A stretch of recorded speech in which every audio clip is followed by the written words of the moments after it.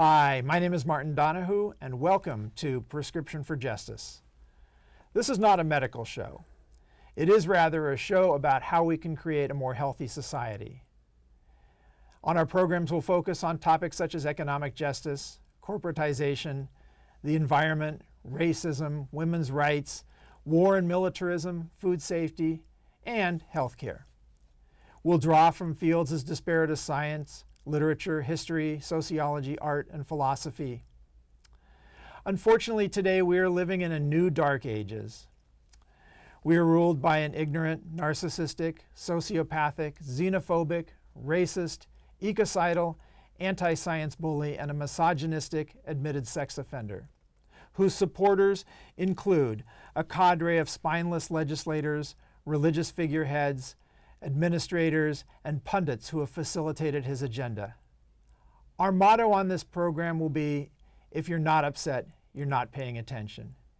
And yet we'll strive not just to be negative, but to be positive and to give you constructive suggestions on what you can do in your own lives as individuals, but also what we can do as groups to create a better world. Again, I'm Martin Donohoe. I'm a physician. I practice internal medicine. I'm the author of the book Public Health and Social Justice, and I run the website of the same name, where you can find all of my articles, my open access PowerPoint slideshows, meaning you can take and use them with appropriate citation in whatever venue you may choose, and where you'll find links to over 1,000 different organizations working on progressive policy. We are also looking for guests. Tonight's episode will cover education. Unfortunately, the quality of education in the United States is quite poor today. Our schools are ranked among the lowest in the Western world. 16% of adults have not completed high school, and only 28% of adults are college graduates. There still exists much ignorance and superstition among even those with college degrees. A sizable proportion of the population do not believe in evolution. Only half accept man-made climate change, and between 15 and 25% still believe in things like UFOs, reincarnation, and astrology. Our policymakers and our media ignore data and facilitate this ignorance, as do our congresspersons, government agency heads such as Scott Pruitt, Betsy DeVos, and the outgoing Tom Price, as well as others. To give you one example of how such ignorance might be facilitated by the media, however, I turn to a study from Science magazine that was published a little over a decade ago, where the authors looked at all scientific publications between 1994 and 2004 that looked at the issue of global warming, and all were in total agreement regarding the existence of climate change and the fact that it was man-made. They also looked at all the articles that were written in the 4 major print newspapers in the United States and found that half of these expressed some confusion or disagreement about the reality of climate change and about whether or not it was caused by human beings. One of the purposes that might have driven the editors to express such vacillation is the fact that they want to appear fair and balanced. But by giving equal time to those who clearly are anti-science and whose worldview is not based on facts, it can only confuse the viewers, especially those who still read newspapers and get their information from relatively trustworthy sources. Our schools today, unfortunately, are decaying. A third need extensive repairs, a third have major mold and dust problems, and a quarter have no library. There are differences in school quality that are quite marked when comparing different socioeconomic neighborhoods and that are marked by race. This is important because our level of education correlates not only with our ultimate income, but with health and longevity. Academia is becoming increasingly corporatized, especially at the college level, where there have been fewer and fewer full-time faculty hired and more adjuncts. Corporatization through links with various groups can skew research agendas and lead to secrecy, making it difficult for investigators to publish their findings. And we're seeing rising costs without an increase in quality. This prices out of a college education many individuals. For instance, 70% of those who attend college today come from the upper 25% of income. and only 14% come from the bottom one-half of the socioeconomic strata. Those individuals, however, constitute 39% of those who are the highest academic achievers in college. Most of our teachers working today are very dedicated and hardworking, and unfortunately often lack respect. Teaching is not a profession that many who do well in school want to enter. 47% of our K through 12 teachers graduate in the bottom third of their college class. They're quite underpaid. Our top U.S. hedge fund managers take home more income than all kindergarten teachers combined. Investing in education is not only the right thing to do for our children, for the economy, and for the country, but is also cost-saving. For every $1 spent on early childhood education, up to $17 are saved from increased school achievement, improved health, reduced crime, and reduced reliance on public assistance. Eliminating educational inequities between the rich and poor and black and white in this country would have saved 8 times as many lives as all medical advances over the years 1996 to 2002, according to one seminal study. Well, what can be done?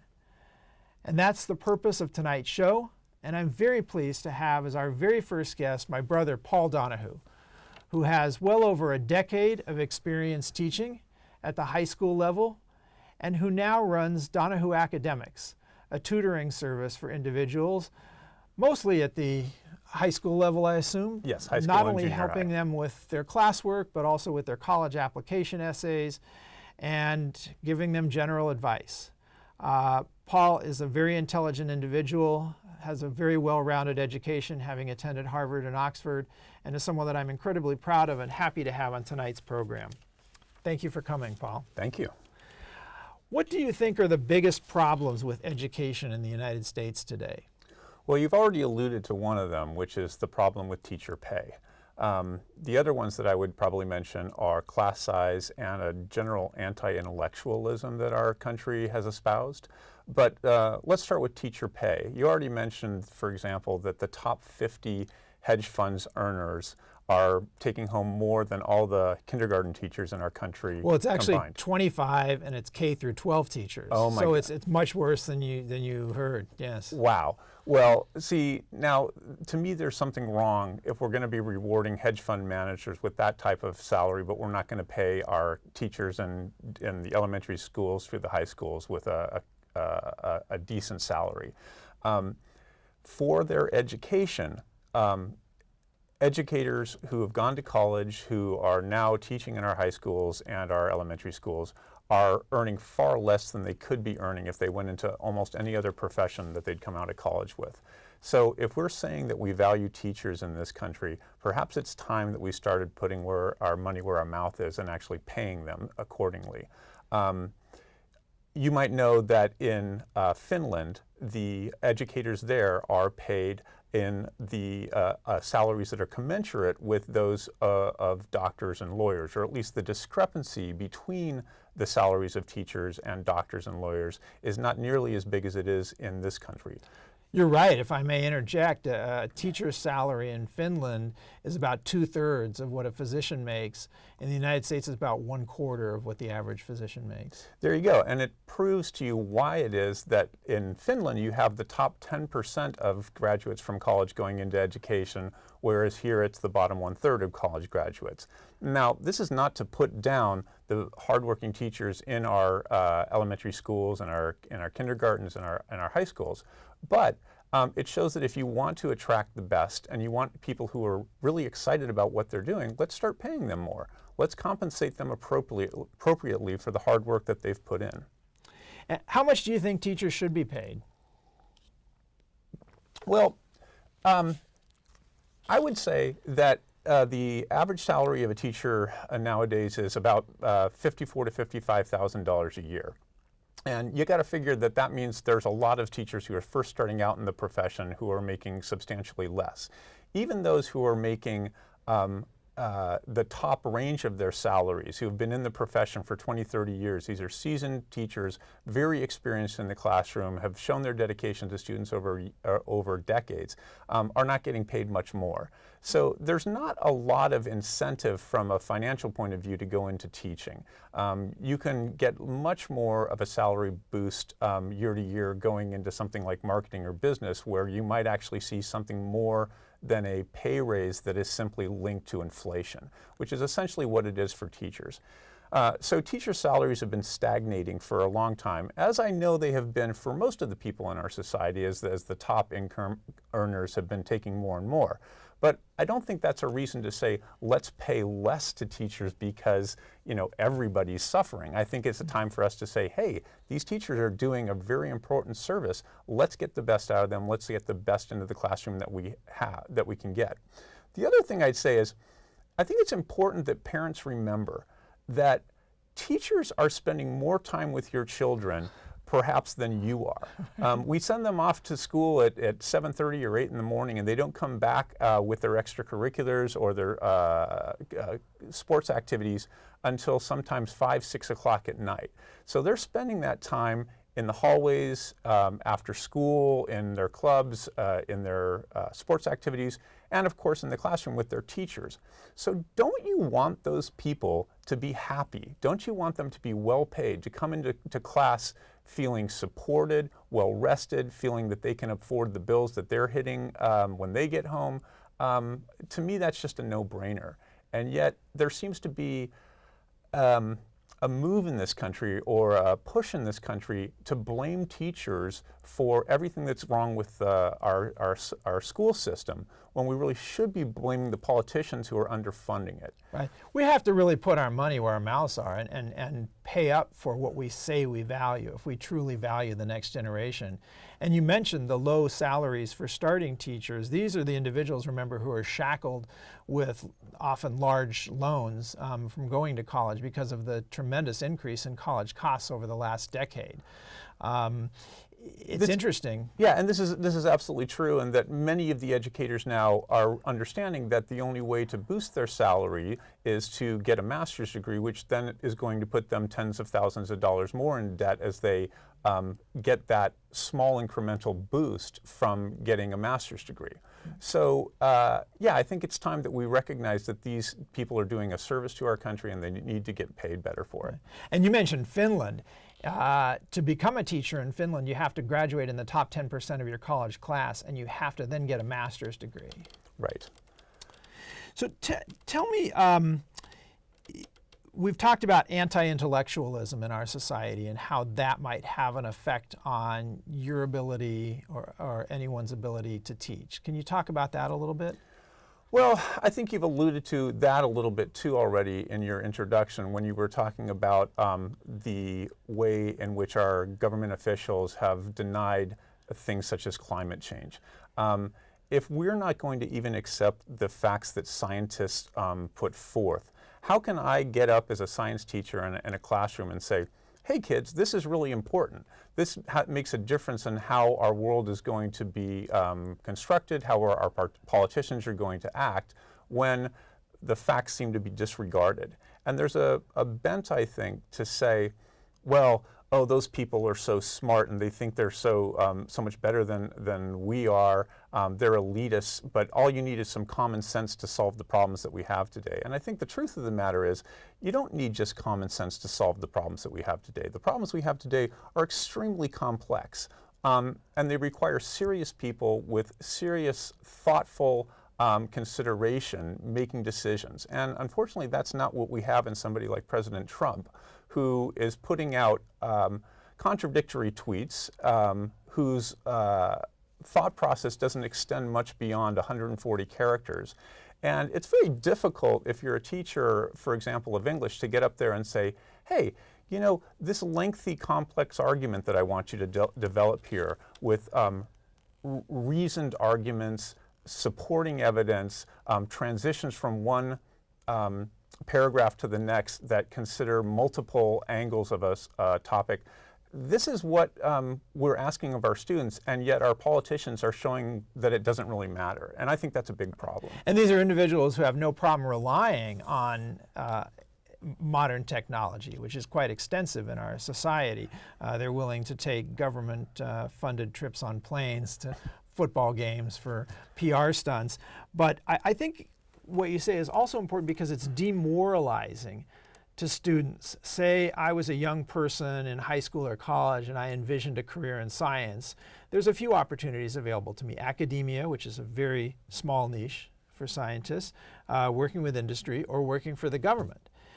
And if you, say, want a career in government service and want to be a scientist, the fact that many of your findings will be contradicted by those who run your agency or suppressed by those who run your agency, which is antithetical to the way science works, which is that it's open and honest. It must be just so demoralizing to those students and hard for a science teacher to say, come on, you really should do this. Serve your country, be a scientist. It must be incredibly difficult. Well, and think about the poor kindergarten teacher who's trying to teach her students about the importance of not lying and seeing a president who lies as easily as he breathes. Well said. What's hard about being a teacher? Why is it a hard job? Well, I'm glad you asked, because I think that too often there is this myth out there that teaching is an easy job, that all you do is walk into the classroom and start talking to the kids about the things that you know. And it's much more complicated than that. When I walk into a classroom, I need to not only know my subject matter, but I need to be able to deal with kids with a multiple different learning styles and perhaps disabilities. So for example, I need to know about ADD, ADHD. I need to know about dyslexia. I need to know about anxiety disorders. I need to know if that girl in the back row might be cutting. So I have to be attuned to this type of these types of issues that my students are going through. And I want to be able to appeal to and reach all those students, but I also want to appeal to the students who are the brightest students in the room, because they need attention as well and they don't want to be bored. So how do you navigate all these different personalities? Well, one of the things that is difficult is if you have a class size that is, 30, 35, 40 students in your class, it makes it very difficult to give that type of individualized attention that a teacher really wants to give to their students, because the best teachers that we have are teachers who care about their kids as people and get to know them. And that's very hard to do when you have too many kids in the class. Right. No, that makes a lot of sense. What do you think is the ideal class size? Well, I've taught at schools where the class size has averaged between 25 and 35, and a private school where the class size averaged between 12 and 18. And in the school where the class sizes were averaging about 30 kids per class, the teachers had 6 classes, and so they were teaching about 180 kids on their course load. Then you had the teacher at the school who was having 15 kids per class, only teaching 4 classes. So he had 60 kids in his class and was teaching 1/3 as many students. It is essential for the teacher who is, it is so much more beneficial for the teacher who only has 60 kids in his class, that he can provide more one-on-one feedback, he can give more detailed criticism on the papers that he's correcting, he has more time for office hours where he can actually meet with kids one-on-one and help them with things that they might be struggling with. So if you want to improve education, the 2 biggest things I would say are, let's pay teachers more and let's reduce the class size so that they can actually have those relationships with their kids. And that will, of course, help with teacher retention, because I imagine there's a pretty high burnout rate. Well, that's the other thing that proves the idea that, or proves the misconception that teaching is easy. About half of teachers leave the profession within their first 3 years of teaching because they just find it so demanding and so hard, and they don't feel that they're getting the support that they need to accomplish their job. So again, they're overworked, they're underpaid, and if you want them to do the best job possible, pay them well, give them the support, send them into the classroom happy where they're going to be spending that time with your kids. And give them time to interact with other teachers, protected paid time where they can learn from each other's teaching styles, talk about what works and what doesn't work. That's a tremendous waste of money, not to mention intellectual capital when teachers leave after so few years, because there's money spent to hire teachers. There's the first few years where there's a lot of on-the-job learning. And you have people who usually at that stage are among the most enthusiastic teachers because they're just straight out of college and they really want to make a difference.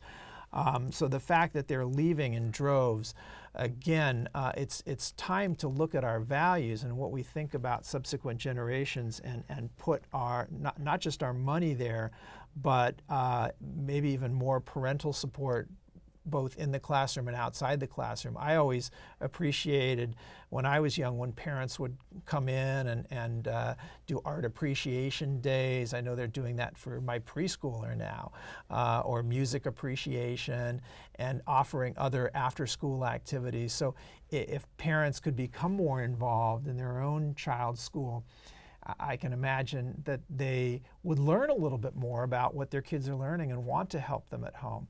Plus the time you must spend as a teacher.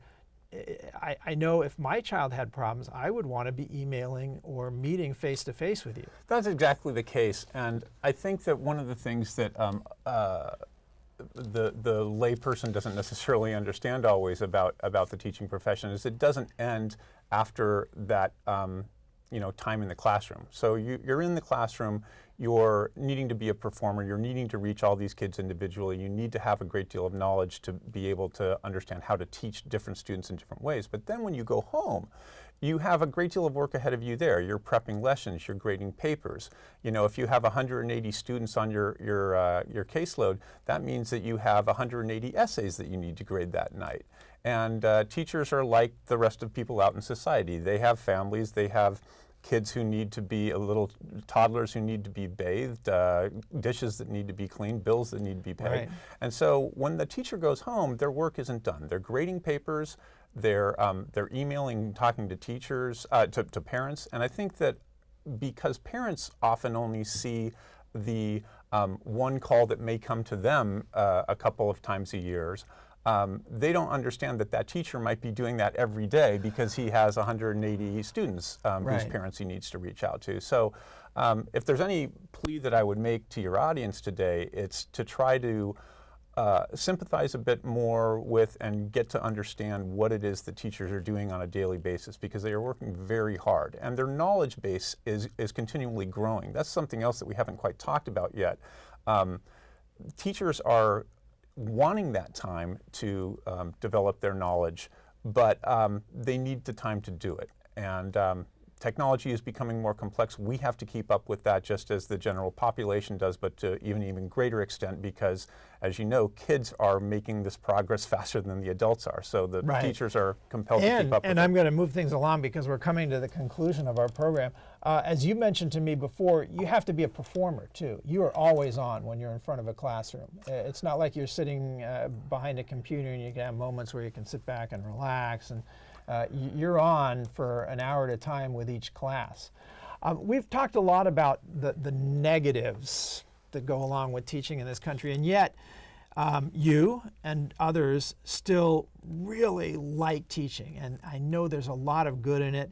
And I'll tell you, I have to say, one of the reasons I admire Paul so much is I've read a lot of the letters that he gets from students, often letters that come from those that are in college or even grad school, about how he's changed their lives and how he's taught them to look at the world in completely new ways or introduced them to new forms of literature. And I got to say, I'm jealous. I mean, I get some feedback in taking care of patients, but it's a different kind. But tell me, what are the positives of teaching? Well, thank you for saying that, by the way. That was really nice of you. I certainly have made my mistakes as a teacher, and as you said, you're a performer and you're up there in front of 30 kids maybe or more, and your mistakes are very public. And I've certainly made mistakes along the way, and I regret those because I'm dealing with fragile young lives. But the nice thing about dealing with those fragile young lives is that you also can become very close with those students. And I've developed a lot of friendships over the years with the students that I've taught, and that is truly rewarding. You know, I have students who come back to me and write me letters and give me phone calls and tell me what they're up to. And, you know, a rich, happy life is made off of those types of relationships. It's not necessarily made off of money. So, you know, my plea to your audience out there, or anybody in it who might be thinking of teaching, is this is a tremendously rewarding profession. There are those cliches that you talk about seeing the light bulb go on above a kid's head, but those really are moving moments, and so I'm very excited about the profession, and I just hope that we start recognizing the good job that these teachers are doing. Yeah, and to all of us, try to encourage young people to enter a career in teaching. And by all of us, I mean parents, educators, college instructors. Students need to think about teaching not as a fallback job, but as something that, as you said, offers the immediacy of those rewards that you don't necessarily get when you're behind a computer screen and adding up figures and seeing, oh, sales have gone up 5% this quarter. You get to see the joy of a child that's not only learned something, but whom you may have impacted on a psychological level, and whose ultimate career path you may have influenced. There's not a lot of careers where you get that. I imagine teacher, physician, minister, social worker, and outside of physician, we're talking about, unfortunately, those fields which are not as respected in society, and as to come back to it, but not as well compensated compared to other jobs. Well, I want to thank you, Paul, for coming on the program today, and I want to thank all our viewers for tuning in. We have a very exciting schedule planned out for you over the coming year with a lot of very interesting guests, and I welcome those with offers to come on, to contact me through the website. Again, it's publichealthandsocialjustice.org or phsj.org. Again, my name is Martin Donohue, and this is Prescription for Justice. Thank you for joining us.